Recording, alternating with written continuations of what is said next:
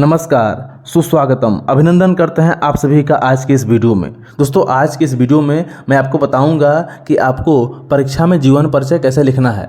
जीवन परिचय परीक्षा में 5 नंबर का आता है, तो यदि आपको 5 के 5 पूरे अंक चाहिए तो इस वीडियो को बिना स्किप किए देखते रहिए, क्योंकि इस वीडियो में मैं आपको बहुत सारी बातें बताऊंगा, बहुत सारी चीज़ बताऊंगा जिसको आपको जानना बहुत ही आवश्यक है। तो चलिए इस वीडियो को प्रारंभ करते हैं। देखिए, आपको करना क्या है। सर्वप्रथम आपको उत्तर पुस्तिका पर इस प्रकार से 2 लाइन खींच देना है। यह लाइन बिल्कुल पास पास रहे और सीधी रहे, थोड़ा सा दूरी छोड़ करके यहाँ से 2 लाइन खींच देना है, बिल्कुल पास पास। ठीक है, उसके पश्चात इसको बोलते हैं हाशिया ना, इसको हाशिया बोलते हैं। उसके पश्चात यहाँ से आपको लिखना प्रारंभ करना है। मान लीजिए कि हमको सूरदास जी का जीवन परिचय लिखना है। मान लीजिए कि हमको सूरदास जी का जीवन परिचय लिखना है, तो आपको पहले यहाँ पर सूरदास जी का जीवन परिचय हेडिंग डालना पड़ेगा। मैं स्केच से हेडिंग डाल रहा हूँ, आप चाहें तो काले पेन से भी हेडिंग डाल सकते हैं। चलिए ध्यान दीजिए, यहाँ पर हम लिखेंगे सूरदास जी का जीवन परिचय।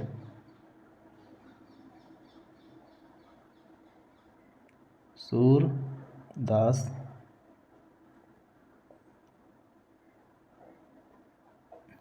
जी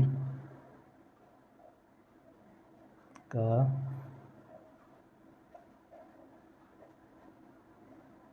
जीवन परिचय।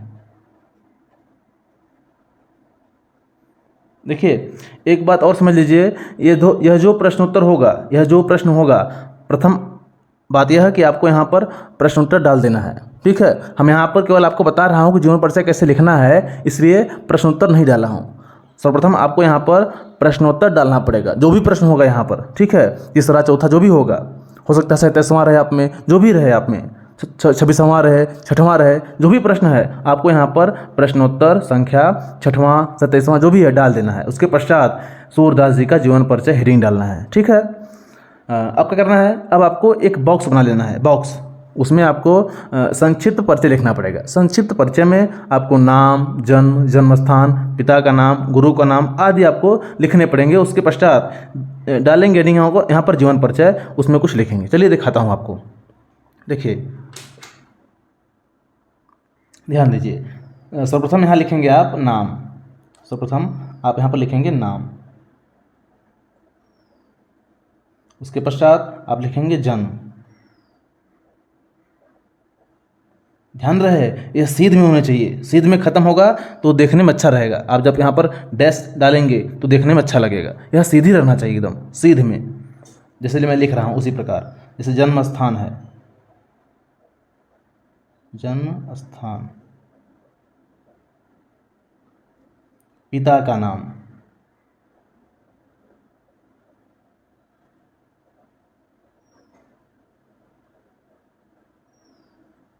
ठीक है, इस प्रकार गुरु।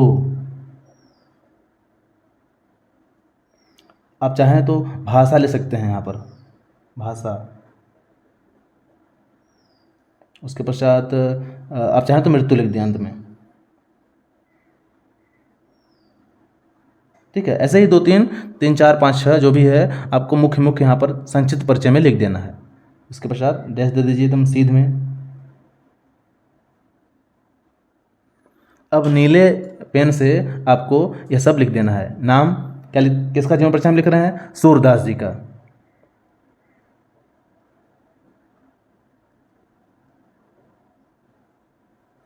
जन्म कब हुआ था इनका? तो इनका जन्म हुआ था 1478 ईस्वी में।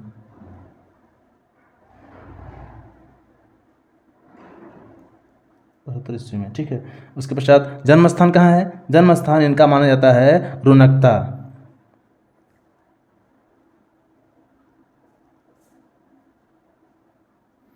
अब पिता का नाम क्या था? रामदास, पंडित रामदास। यह ब्राह्मण थे। ठीक है, अब गुरु जी का नाम क्या था? इनके गुरु जी का नाम था वल्लभाचार्य जी।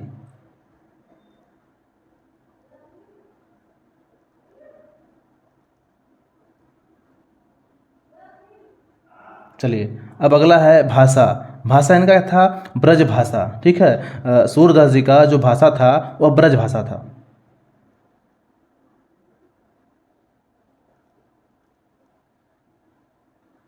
मृत्यु मृत्यु इनका हुआ था पारसौली नामक गांव में, ठीक है। इनका मृत्यु हुआ था पारसौली नामक गांव में। कब हुआ था?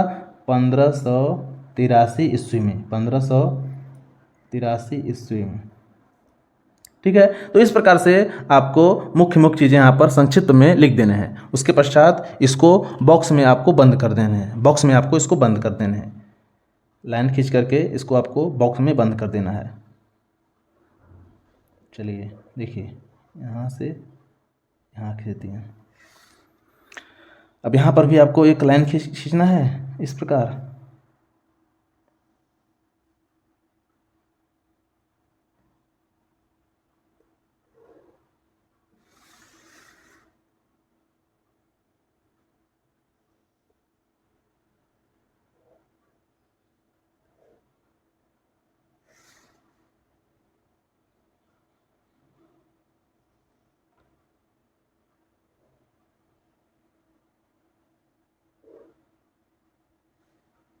इस प्रकार आपको इसको बंद कर देना है,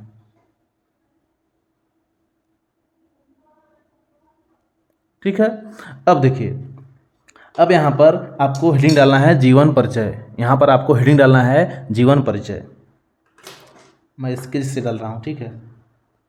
डालना है हेडिंग आपको जीवन परिचय।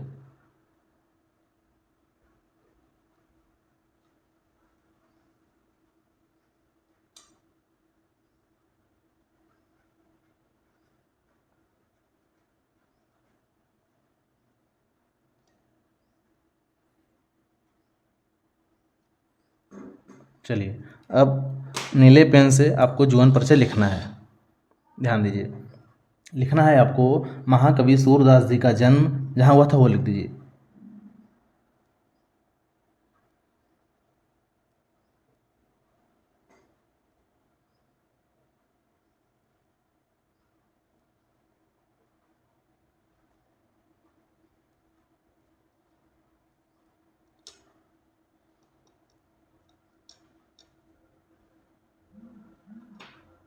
कहाँ हुआ था? रुनकता नामक गांव में हुआ था ना, रुनकता। अब देखिए, आपको करना क्या है, आपकी समझदारी किस में है। जैसे यहाँ पर आप लाइनिंग खींचे हैं, यहाँ पर जगह छोड़ दिए हैं, तो इसमें आपको कुछ नहीं लिखना है, इसमें आपको कुछ नहीं लिखना है। उसी प्रकार इधर भी इतना जगह आपको छोड़ देना है। यहाँ पर आपको लाइनिंग नहीं खींचना है, यहाँ पर आपको हाशिया नहीं खींचना है, परंतु फिर भी जितना यहाँ छोड़े हैं उसी तरह यहाँ पर भी आपको छोड़ देने हैं। यह देखने में अत्यंत अच्छा लगेगा, ठीक है। लाइनिंग नहीं खींचना है, वैसे ही अंदाज से आपको इतना छोड़ देने हैं ना। जन्म रुनकता नामक गांव में,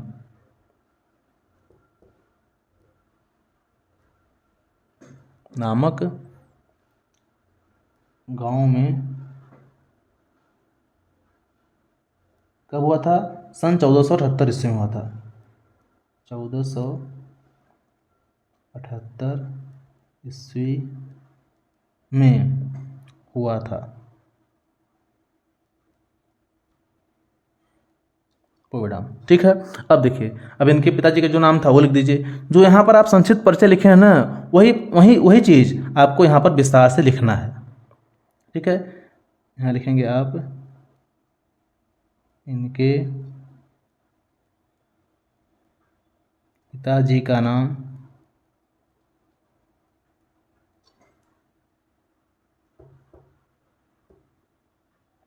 क्या था?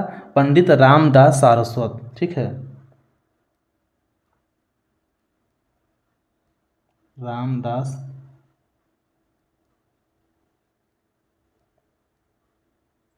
सारस्वत था। यहाँ तक हो गया। अब देखिए, कुछ विद्वान मानते हैं कि इनका जन्म कहाँ हुआ था? सिही नामक गांव में हुआ था, ठीक है। कुछ विद्वान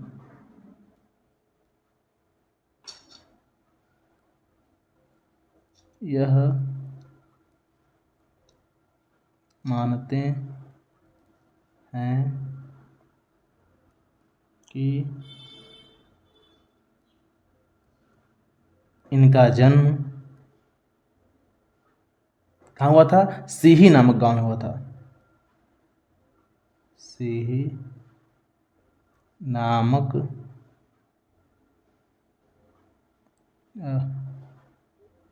ग्राम में हुआ था। अब ध्यान दीजिए, एक और होशियारी वाली बात समझिए। देखिए, मुझसे यहाँ पर थोड़ी सी गलती हो गई। मैं यहाँ पर वो लिख रहा था, बाद में मुझे म लिखना पड़ा। यहाँ देखिए, मुझे म लिखना था, यहाँ पर मैंने वो लिख दिया था, तो मैंने यहाँ पर म बना दिया इसको। गांव की जगह मैं ग्राम लिख दिया ना। दोनों मतलब एक ही है, परंतु यहाँ पर दिक्कत हो गया। तो मुझे अच्छे से यहाँ पर ऐसे काला नहीं कर देना है। बहुत सारे लोग करते क्या हैं, जब गलती हो जाता है तो वहाँ पर एकदम रगड़ देते हैं, इस तरीके से एकदम नीला बना देते हैं, एकदम काट देते हैं, जिससे जांचने वालों का ध्यान पूरी तरह से वहीं पर जाता है और यह खराब भी लगता है। देखिए, मैं यहाँ पर इसको कुछ नहीं करता हूँ, ठीक है। यह दिखने में अच्छा लगेगा। देखिए, इसको मैं इग्नोर करता हूँ, अनदेखा करता हूँ, इसको रंगूंगा नहीं तो सीधा कॉपी खोलते ही एग्जामिनर का जो चेक करता है कॉपी, उसका ध्यान पूरी तरह से यहीं पर जाएगा और उसको खराब लगेगा ना। अगर आपको काटना भी है तो आपको इस तरीके से एक लाइन में इसको काट देने हैं, इस तरीके से ना, में हुआ था, ठीक है। इस प्रकार ये हो गया थोड़ा सा जन्म और कहाँ जन्म हुआ था ये जान गए। अब देखिए, यह जन्म से अंधे थे, यह जन्म से अंधे थे अथवा बाद में हुए, अथवा बाद में अंधे हुए, इसके विषय में भी विद्वानों में मतभेद है।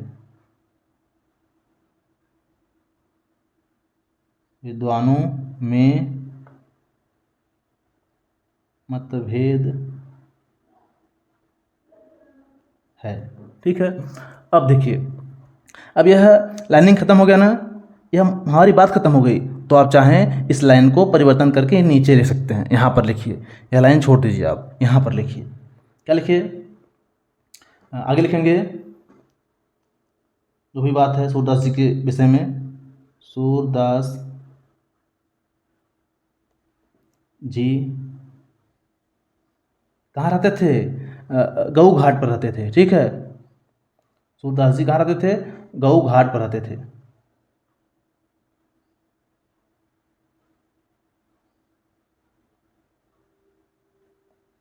गऊ घाट पर रहकर क्या करते थे? दीनता के पद गाया करते थे, ठीक है। दीनता के पद गाया करते थे।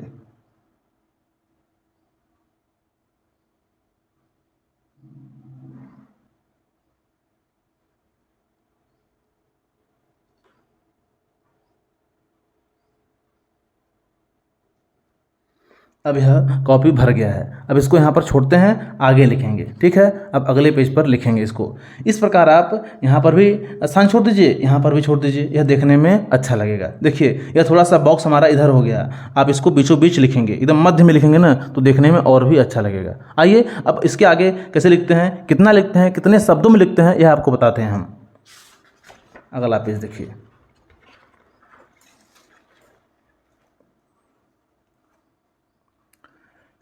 आगे हमने उसमें लिखा था कि सूरदास जी गऊ घाट पर रह करके दीनता के पद गाया करते थे, ठीक है।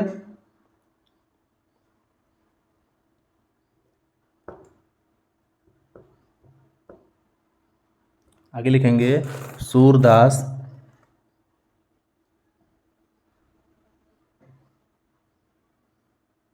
जी से एक बार किससे किससे मुलाकात हुआ, किससे भेंट हुआ? वल्लभाचार्य जी से।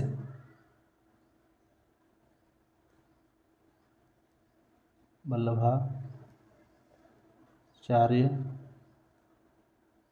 सूरदास जी से एक बार वल्लभाचार्य जी मिले। कहाँ पर? वहीं गऊ घाट पर मिले थे, ठीक है। तब सूरदास जी, देखिए यहाँ पर छोड़ देना है आपको, थोड़ा सा चाहें तो लिख सकते हैं, अब यहाँ पर इतना छोड़ दीजिए। सूरदास जी ने अपना लिखा हुआ स्वरचित स्वरचित एक पद गाकर सुनाया।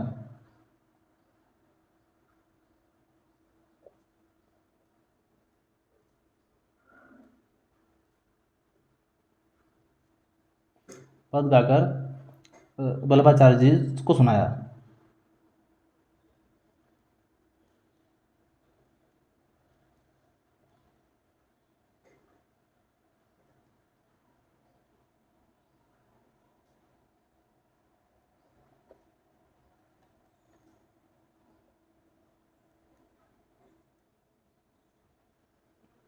ठीक है। अब ध्यान दीजिए, जब उस पद को वल्लभाचार्य जी ने सुना तो उनको बहुत ही अच्छा लगा। सूरदास जी को वल्लभाचार्य जी अपना शिष्य बना लिए।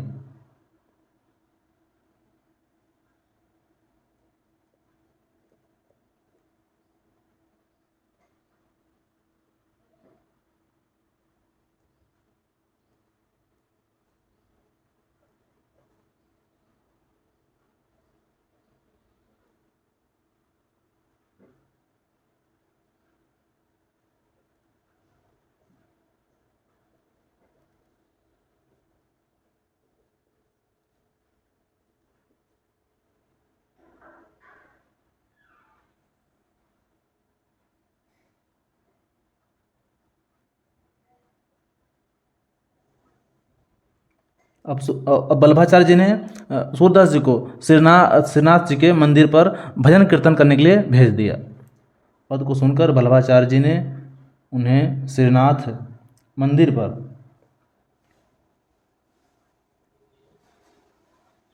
श्रीनाथ मंदिर का कीर्तन भजन कीर्तन का पूरा कार्यभार सौंप दिया।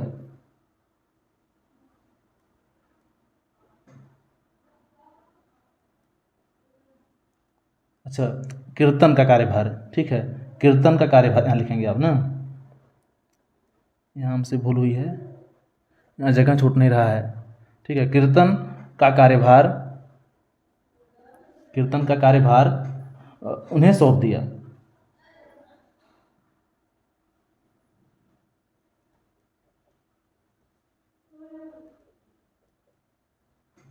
वो बेटा, अब उसके पश्चात अपने गुरु के कहने पर पूरी तरह से सूरदास जी श्री कृष्ण की भक्ति में लीन हो गए। ठीक है, वल्लभाचार्य जी के कहने पर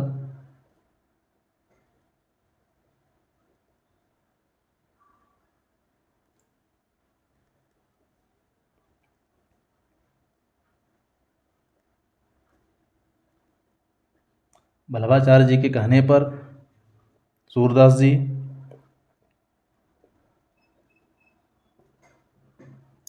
क्या करने लगे हैं, कृष्ण लीला का गान करने लगे।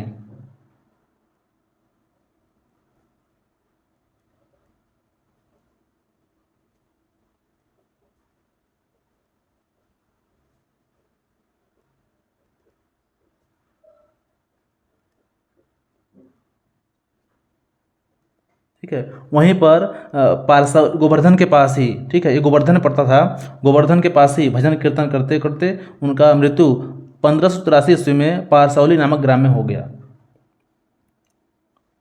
आप लिखेंगे सूरदास जी की मृत्यु कहाँ हुआ था, गोवर्धन के पास, गोवर्धन के पास, कहाँ पर, पारसौली नामक गांव में, पारसौली नामक ग्राम में।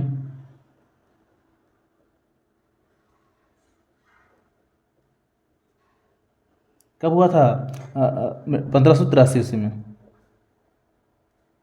1583 ईस्वी में हुई।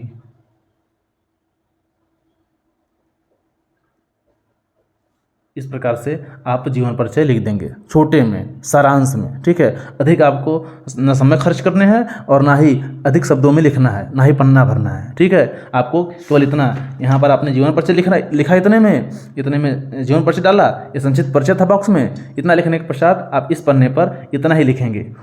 उसके पश्चात देखिए जीवन परिचय में प्रश्न कैसे आता है, 3 नाम आते हैं, 3 नाम में से आपको केवल एक का जीवन परिचय लिखना होता है, ठीक है। कवि में भी 3 आएंगे और लेखक में भी 3 आएंगे, उसमें से केवल आपको एक ही लिखना है। परंतु स्मरण रहे प्रश्न कैसे आता है, प्रश्न आ जाएगा कि निम्नलिखित कवियों में से किसी एक कवि का जीवन परिचय लिखिए और उनके एक रचना का उल्लेख कीजिए। यदि यह आ गया कि उल्लेख कीजिए तो आपको यहाँ पर रचना डाल करके जितना कहा जाए उतना करना है, ठीक है। जितना कहा जाए उतना करना है, एक रचना यहाँ पर डालना है और उस रचना का उल्लेख भी करना है आपको, उसके बारे में आपको बताना है, ठीक है। आया समझ में। रचना का भी आपको अंक मिलते हैं, 2 नंबर रचना का भी मिलता है। तो जो कहा जाए, जितना कहा जाए आपको उतना ही करना है। जैसे कहा जाए कि उनकी एक रचना का उल्लेख कीजिए, तो आप यहाँ डालकर एक रचना लिखेंगे, उसके पश्चात उसके बारे में थोड़ा सा लिखेंगे। जैसे मान लीजिए मैं यहाँ पर सूरदास जी के एक रचना को यहाँ पर लिख रहा हूँ, उसका नाम क्या था, नाम तो इनकी रचना 3 है, सूरसागर, सुरसरावली और साहित्य लहरी, ये 3 हैं, ठीक है। परंतु सूरसागर मुख्य रूप से उनकी रचना है। तो आइए मैं सूरदास जी के सूरसागर को यहाँ पर लिखता हूँ, डालकर रचना हेडिंग, रचना डाल करके हेडिंग आपको एक लिखना है, क्या, सूरसागर। जितना कहा जाए उतना है, सूरसागर, उससे अधिक नहीं, ठीक। अब देखिए सूरसागर के विषय में आपको थोड़े से लिख देने हैं, ठीक है। सूरसागर के विषय में आपको थोड़े से लिख देने हैं। क्या लिखेंगे, इसमें लिखेंगे आप कि सूरसागर एक गीति काव्य है,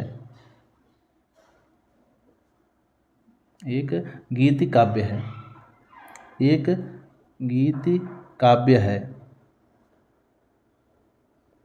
कहा जाता है, कहा,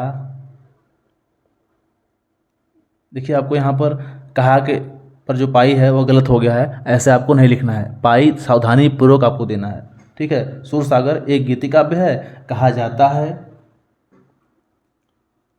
कि इसमें 1.25 लाख पद थे, 1.25 लाख पद थे, जिसमें से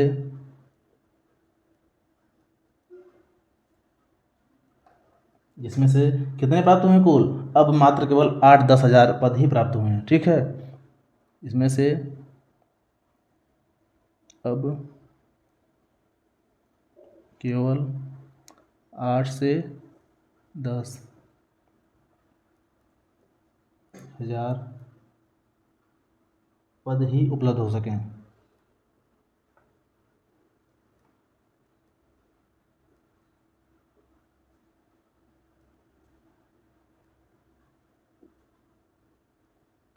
अच्छा, इसमें किसका वर्णन है, आप इसको भी लिख सकते हैं।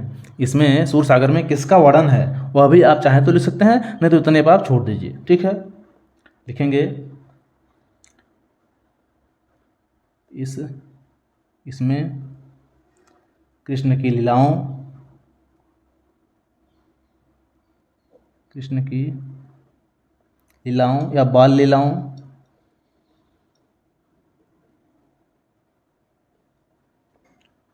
अल्पविराम गोपी प्रेम और गोपियों का विरह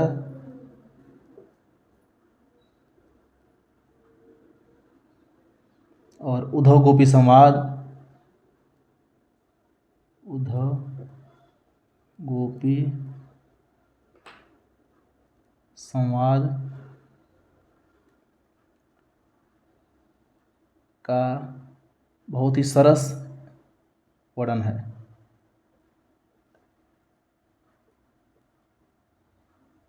यह ज़्यादा हो गया, आपको इतना नहीं लिखना है, आपको कम ही लिखना है, ठीक है। इसमें से जो आपको छोटा बड़ा लगे करके उसको लिख देना है, ठीक है। तो इस प्रकार से आपको यहाँ पर लिखना प्रारंभ करना है। यहाँ से आपको लिखना प्रारंभ करना है, ठीक है। एक बॉक्स में संक्षिप्त परिचय लिख देना है, उसके पश्चात जीवन परिचय डालकर हेडिंग जो भी यहाँ पर आया उसमें लिख देना है, बाकी आपको इधर थोड़े से लिख देने हैं इस प्रकार से। और यदि कहा जाए कि उनका साहित्यिक परिचय भी लिखिए, तो आपको साहित्यिक परिचय हेडिंग डाल करके उसमें भी थोड़ा बहुत लिखना है। साहित्यिक परिचय अर्थात उनका साहित्य में स्थान क्या है, उन्होंने कौन सा योगदान दिया है, कौन सी रचना उनका प्रसिद्ध है, इस प्रकार की बातें आपको उसमें लिखना होता है। यदि आपको बोला जाए कि रचनाओं को लिखिए उनके, तो आप रचनाओं को डाल करके, रचनाएँ डालकर हेडिंग सभी रचनाओं को लिख दीजिए। यदि आपको यह कहा जाए कि रचनाएँ लिख करके, एक रचना लिख करके उसका उल्लेख कीजिए, एक रचना लेकर उसका उल्लेख कीजिए, तो आपको इस प्रकार से रचना लिख करके उसका उल्लेख करना है, उसमें थोड़ी सी बातों को लिखना है, ठीक है। तो इस प्रकार से आपको जीवन परिचय लिखेंगे तो निश्चित तौर पर आपके परीक्षा में पूरे के पूरे अंक आएंगे। तो मुझे उम्मीद है कि आपको यह जीवन परिचय समझ में आ गया होगा। इसी तरह आप वार्षिक परीक्षा में, बोर्ड परीक्षा में, सभी परीक्षाओं में लिख सकते हैं। चलिए मिलते हैं आप एक नए वीडियो में। तब तक के लिए यदि आप लोग इस चैनल को सब्सक्राइब नहीं किए हैं तो इसको सब्सक्राइब करके घंटी को दबा लीजिए, वीडियो को लाइक कर दीजिए और एक प्यारा सा कमेंट कर दीजिए। चलिए मिलते हैं एक नए वीडियो में। तब तक के लिए आप लोग अपना ख्याल रखिए, पढ़ते रहिए।